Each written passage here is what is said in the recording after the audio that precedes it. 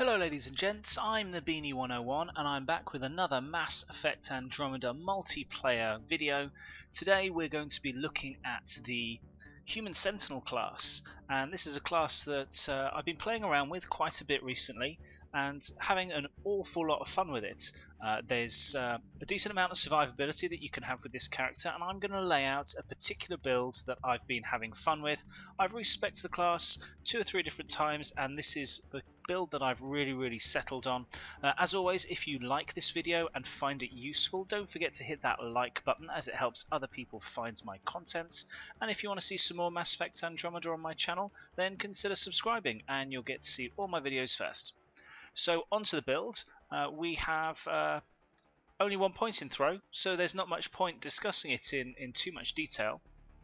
I find that 1 point in throw gives you more than enough utility to use it as you need it. Yeah, I basically use it on red bars and use it to detonate combos on situations where I want to detonate combos. The bread and butter of this build is actually barricade, and this is something that I have tested out in a number of different scenarios. And the one thing that I have realized with barricade, along with weapons training, is that the Human Sentinel is very much a weapons platform. You can stack an awful lot of additional weapon damage through your skills, so you're really going to be using this build to shoot. You're not going to be using your powers to kill stuff. You're generally going to be using your powers for utility, for crowd control, and to help out your allies and restore your shields, but otherwise you are definitely going to be shooting stuff. So for barricades, the first rank is going to give you a regeneration delay reduction of 40%, which means your shields and your health are going to regenerate or start to regenerate that much quicker once you've taken some damage. Rank 2 will give me +1 power cell capacity, so that means that I will be up to 3, which is good. That's more than enough. If you're running, if you know the maps and you know where the ammo boxes are, 3 power cells is more than enough to last you most waves. I like to go for duration at rank, well, I don't have a choice at rank 3, but at rank 4 I like to go for duration over power cells for the reasoning just discussed. I think that 3 is more than enough in most waves. You can always pop back to an ammo box and pick up some more if you are facing a particularly tough wave, but the +35% duration does mean that you can sit behind your cover that little bit longer. At rank 5 you have the choice between power feedback and weapon feedback. Now I find that the powers that you have are more for utility rather than death dealing. So although the extra power and damage and force for all allies behind the barricade is useful for everybody on your team, I find that the weapons feedback, it also provides additional benefit for my allies, but I get the most benefit out of the +15 extra weapon damage and accuracy. It means that you can just blind fire a lot more, to be perfectly honest, just straight behind the barricade, and it gives me all that extra accuracy and damage, which is very useful because weapons damage is what this build is all about. At rank 6 you have a choice, and I am Denard, and this is one of the areas where I played around with the build and I was trying to work out, do I need to take rank 6? If you don't want to take rank 6, then you can chuck some extra points into throw. If you want to stay at rank 5, then you can go all the way up to rank 3 with throw, which will give you a bit of extra recharge and a bit of extra damage and force, which is nice. But actually what I found is that electric defense is really quite good fun. This means that any enemies that are nearby are potentially stunned, but they all take damage over time as well. So you do an extra 100% damage to shields because obviously it's electricity damage, but you're also doing 125 damage per second. Now that's nothing to sniff at, to be perfectly honest. 125 damage per second is quite a lot. And what I found the best way of using this is, yeah, okay, fine, you can just plant your barricades wherever and hide behind it, but I find that having more aggressive tactics and running in to a pack of enemies and then plonking your barricade down is the biggest bang for buck. You then get the benefit of all this electric defense and stunning all of these enemies, providing great crowd control for you and your team, but you can also then blind fire and take these enemies out with consummate ease, or you could use throw or potentially energy drain to detonate any combos and create even more crowd control around you. So barricades, I've had a lot of fun with this, and it was a skill that I didn't really get when I first started playing the Human Sentinel, but now that I've played a little bit more and spec'd all the way out to rank 6, I can certainly see that it has a huge amount of benefits. The reason why I don't take regeneration, by the way, because regeneration is quite nice, it greatly reduces your shield regeneration delay for you and all alloys. But alloys? I said alloys again. I mean allies. You know I mean allies, right, guys? The regeneration effect is quite good, but I find that you get more than enough regeneration from just the initial barricade anyway, that I'm not too fussed about the extra. This electric defense means that I can play a much more aggressive playstyle and utilize my... I just find myself using my barricade a whole lot more. If you take regeneration, then really you're only using your barricades if you've got a particularly strong enemy that you need to take care of, in which case you want the extra weapons damage, or you're using it for defensive purposes. Electric defense just allows you to use it more aggressively and use it more purposefully for offensive purposes rather than just defensive purposes. Energy drain, we're going to spec all the way out to rank 6. This is another one of your detonators. So this is going to also restore all, well, potentially all of your shields. So I use this as... I kind of use this as something that I have in my back pocket. If there's no other enemies around, then I can just pop an energy drain and it does extra damage and I can top off my shields. If you know that you're close to allies, then it potentially provides some additional benefits for them if you take team drain at rank 6. But at rank 2 and rank 3 you get a bit of extra recharge speed and you get some slightly more shields restored, so you go from 35% up to 50% at rank 3. At rank 4 you've got a choice between recharge speed and extra damage and shields restored.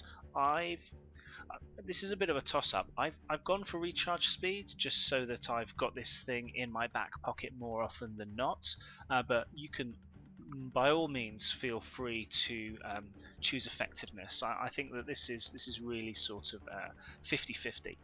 At rank 5 I choose extended drain just because that's guaranteed an extra 24% shields over 4 seconds.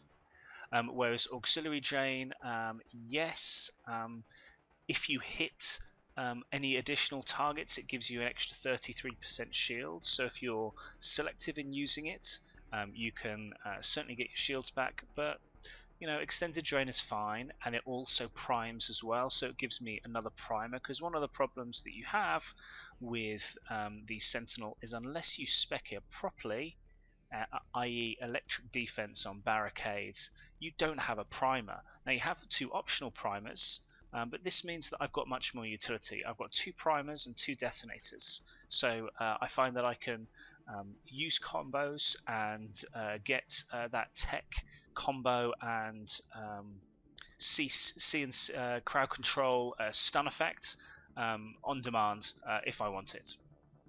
At rank 6 you have a choice of more damage again, or you have team drain, which means that you can restore up to 50% of your allies' shields as well, which is very, very handy, and you also get an extra 25% shields yourself. So as you can tell, you're getting 50% shields here, you get some extra recharge speed, you get an extra 24% shields here, and a potentially 25% shields here. So by using energy drain, you are getting 99% of your shields back. Albeit slowly. It's not instant. It's you've got to wait 4 seconds to top yourself up from 75% all the way up to 99. But it's shields on demand. Very, very useful. I really like energy drain, and it really helps your survivability. Weapons training next. This gives you a massive 28% extra weapons damage if you spec it out correctly. And I say correctly, you spec it out exactly the way that I'm just about to lay out.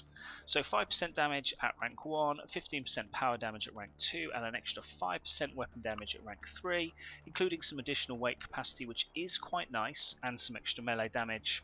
I don't find myself using melee that much, but you know, it's a skill that I've got to take. At rank 4 you have a choice between an extra 8% weapon damage or 20% power damage and 20% melee damage. The reason why I find that weapon training and the extra weapon damage is better is because 8% weapon damage is almost always going to be more than the 20% power and melee damage, because that's 8% weapon damage per bullet. Now, if you have something of a bullet hose and you're pumping out damage very, very quickly, which I urge you do with a build like this, then it's by far the better skill to take than power and melee. At rank 5, we have a choice between aerial combat training, which I find is not particularly useful. It gives you 100% weapon accuracy while airborne, so there's some utility there, and it gives you extra hover duration, but I find that as you're playing silver and gold missions, being out in the open is not necessarily the best way to go. So I prefer ammo and targeting, where I get some additional damage for weak points, and I get 25% spare ammo. Because I'm going to be shooting a lot, yeah, weak point damage is great and spare ammo is great. Being not in cover is not so great, so rank 5 is an easy choice. Rank 6 is a flat out choice between power and weapon damage. The difference here, I suppose, is that for power specialist you also get some additional weapon capacity and +1 to your power cells. So if you want to use barricade a little bit more, then power specialist might be useful to you. And the extra weapon capacity, if you take, considering that you've got extra weapon capacity here as well, extra 30% weapon capacity usually means that you can carry a much heavier weapon, so you might be able to rock a decent sniper rifle and a decent pistol. But yeah, I'd still rather take weapon specialist. 10% weapon damage, 15% weapon accuracy, and 15% weapon stability. It's a passive, it's available all the time. Take it, and you've got 28% extra weapon damage throughout the course of this tree. Really, really good stuff. Final tree I want to talk about is tech armor. This is your main means of survivability. Tech armor is pretty good. Damage resistance is a relatively strong power in this game. Obviously, if you're playing gold missions regularly, then you still need to be mindful of your cover, but the good thing about the Sentinel is you have barricades, which provides you with instant cover whenever you need it.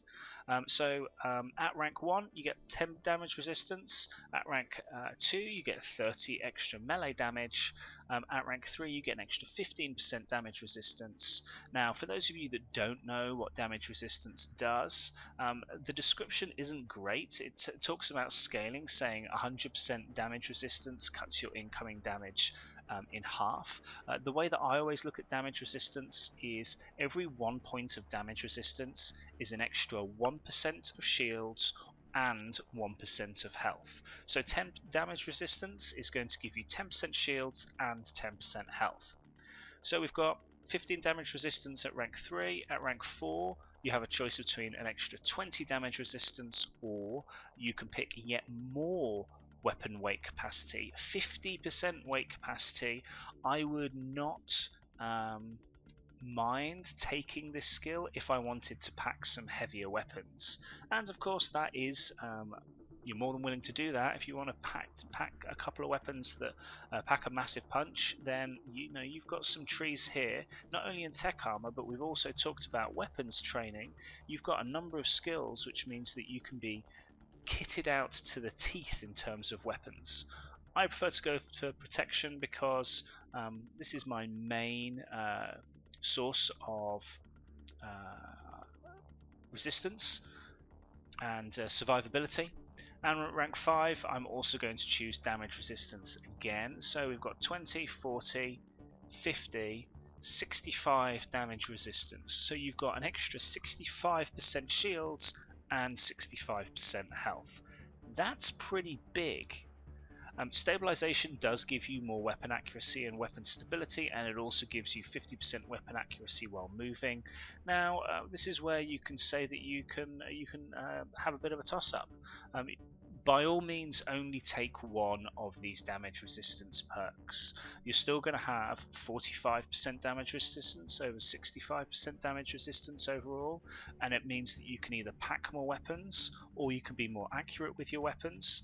Both of these are not terrible skills, but I've stacked protection in this particular build. At rank 6, I think there's only really one choice here, and I've pondered this some time trying to work out what the benefits of reactive armor is, and I really can't see it. 60% melee damage after being hit, or 30% power restoration and defense after being hit. I think power restoration is your recharge speed, so once you hit, you're going to be getting 30% extra recharge speed. It only triggers every 3 seconds. Nothing's really on a recharge. That's the problem with this build. Energy drain is only on 9 seconds anyway. Throw is on 8 seconds. Barricade you can have on demand anyway because it's using power cells, so I really don't see the need too much for reactive armor.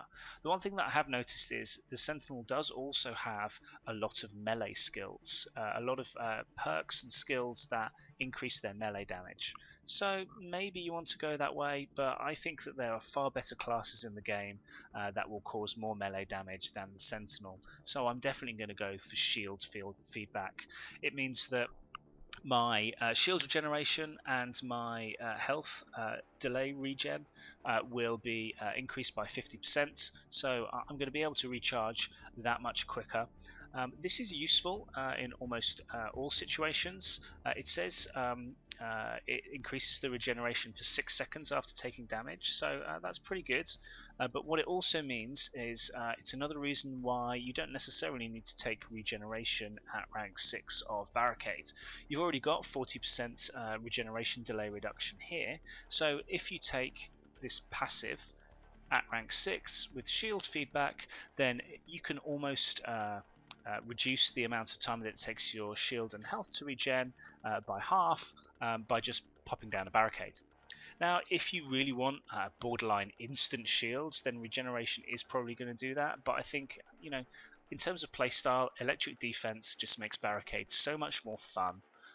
And that's the way that I want to go. So there is the build. Let me know what you think. I'm going to go through weapons. I generally want to go for something that pumps out lots of bullets very, very quickly, and so for that reason I'm going to go for the Hurricane. Rate of fire is pretty much unparalleled. The accuracy is okay, but remember that with some of our passives and with some of our skills that we get from Barricade, we are increasing our weapon accuracy. So you know what, the Hurricane is decent at medium range as opposed to just at shorter sort of ranges as an SMG. I usually pick the barrel to increase damage and the pistol scope as well, just to improve the accuracy slightly. I'm going to ignore that party invite for a moment. I also pack the Hornet, same sort of mods, barrel and scope, just for some additional damage and additional accuracy. And in terms of equipment, the best thing that I find that you can go for, if you're packing different weapons, if you want to take an assault rifle, certainly if you've taken one of the perks that allows you to increase your weapon capacity, it means you can probably pack a decent assault rifle and a decent pistol, then maybe the combative upgrade is for you. Alternatively, if you want to focus on your skills, then yeah, of course you can go for the engineering kit. There is the pistol SMG amp, which just flat out increases your pistol damage by 15%.